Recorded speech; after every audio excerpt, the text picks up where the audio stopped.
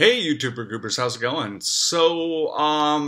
Wanted to talk to you a bit about something that happened to me, a very unpleasant experience in dealing with the Walt Disney World Resort. Um, Most of you probably don't know, I went to the Walt Disney World Resort this weekend. I was staying there. It was Gay Days this weekend. And I'll talk more about what Gay Days is, maybe in a later video. But essentially, it's the first weekend in June. Over 100,000 people come to visit, and the big day is Saturday, where everybody shows up to the Magic Kingdom Park and wears red. But that doesn't have anything to do with what I'm talking about. What I'm talking about has to do with something that happened today. Now, several years ago, the Walt Disney Company decided to go on this grand mission, and they called it the Next Gen Initiative, Next Generation. And what they wanted to do was try to enhance the guest experience and make things presumably easier for them. But in some ways, they've made them a lot more difficult, I should say. So when you book a resort at the Walt Disney World Resort, you can also get yourself one of these, and these are called Magic Bands. And the Magic Bands, if you order them early enough, you can get them in a variety of colors. They also sell Magic Bands in the parks so that they have like limited edition designs and things like that, and then you can transfer all of the information that you have on your regular band onto that. In some ways they work. They're also connected to a website / mobile app called My Disney Experience. And what that is that basically it is your account and it has all of your information in there. You can use it to book tables at restaurants. They can scan your Magic Band when you're having a photograph taken, and then it can show up on that app. Those two things work out pretty well with the My Disney Experience. But there are a couple things that don't work out very well. The first one has to do with FastPass. FastPass is their what do you call it? It's like a line reservation system. So it basically holds your place in line at practically every attraction in every park.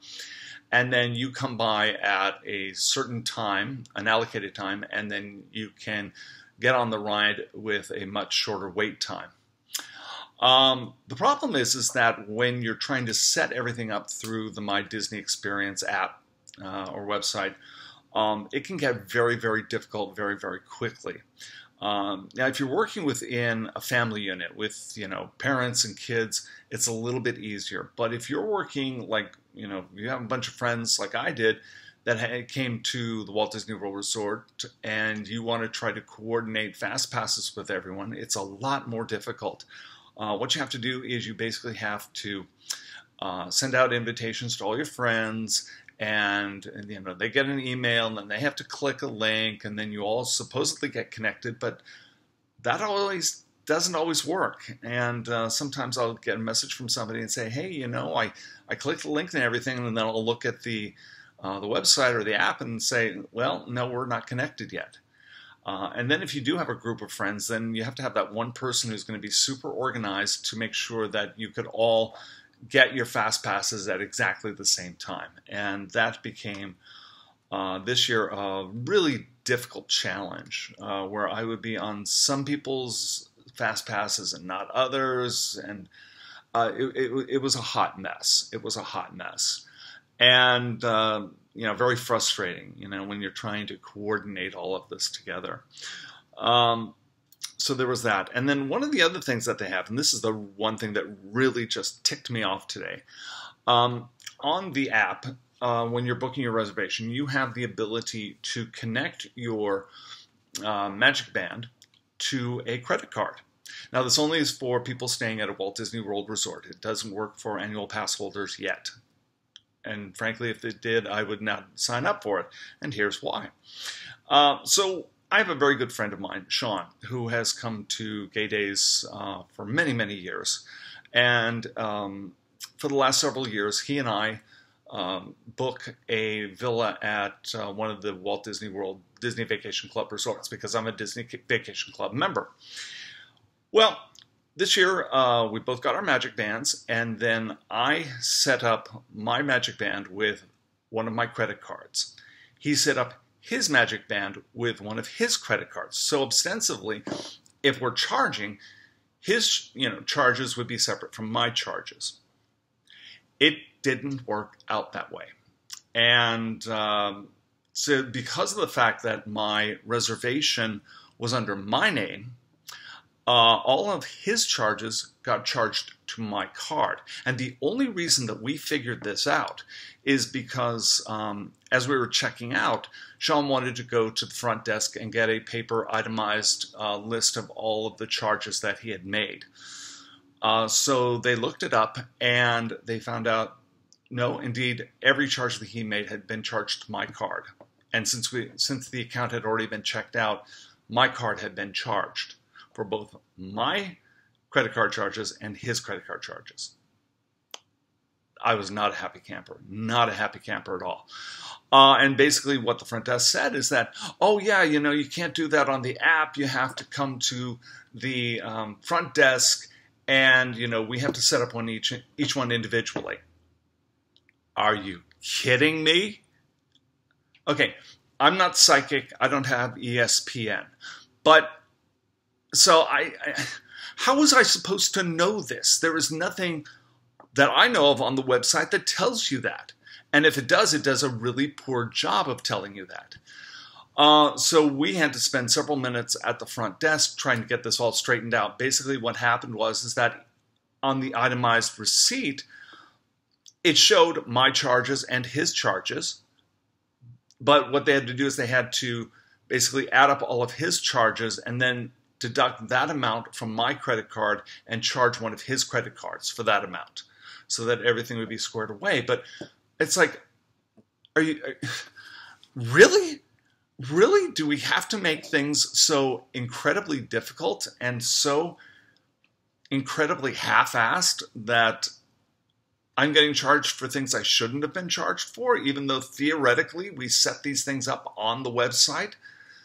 So, needless to say, I'm just like over all of this. And the one thing that really bothers me about this whole experience is the fact that Disney spent so much money, like I said, between $1 and $2 billion on this whole initiative. And in some respects it works, and some respects it just really ticks me off. And I don't know, I'm just kind of over it right now. So what I'm going to do from now on is I'm no longer going to charge on my Magic Band. I'm going to charge on a regular credit card, so we don't have to go through all of this again. And it's just so incredibly infuriating.